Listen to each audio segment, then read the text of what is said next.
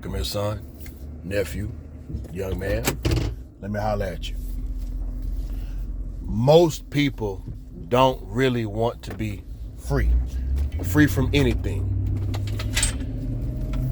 And shame on this person behind me for not having their lights on. You can barely see them coming down the street. But anyway, most people don't really want to be free. Hell, most people don't mean what they say.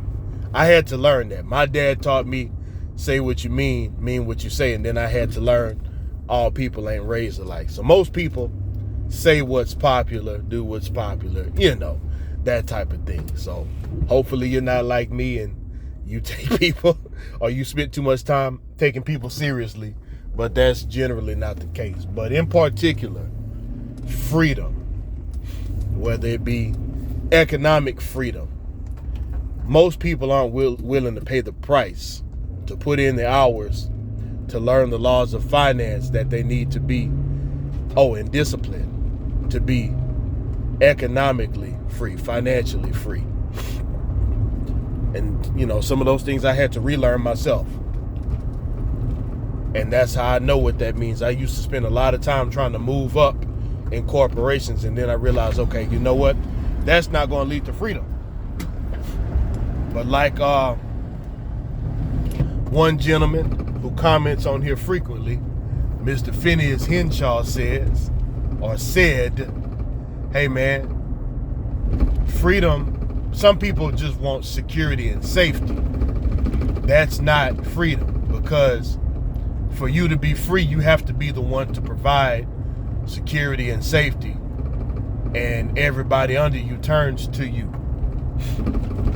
And people also want their version of freedom, which is really just security and safety, when they talk about the choices they make, because they want to make choices, but when the choices turn out bad, they don't want the accountability that comes with it. So you need to ask yourself, I'm asking you rhetorically, do you really want freedom? You really want economic freedom? I hear some people say they want to form sovereign nations and they want to be sovereign people. Okay, you really want that? Or do you really just want safety and security? Either way, you still got to follow a certain set of rules. If you want your own freedom, you have to fund it and you have to be able to defend it, house it, grow it.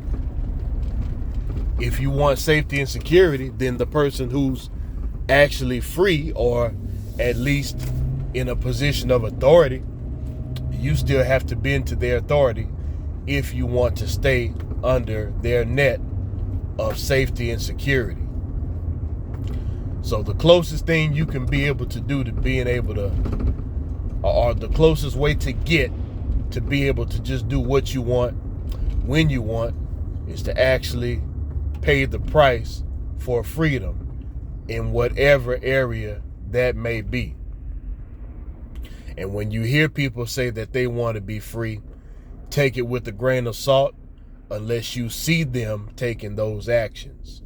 Now, that path to freedom is a hell of a lot easier if you got some allies who are trying to get there with you than trying to fly solo. It's going to take a lot longer, take a lot more effort, and there's only so many hours in the day.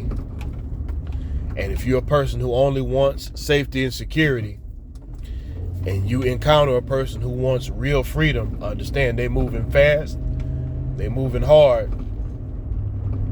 And if you're graced with their presence, for them to let you tag along, then you might want to be quiet and follow instructions.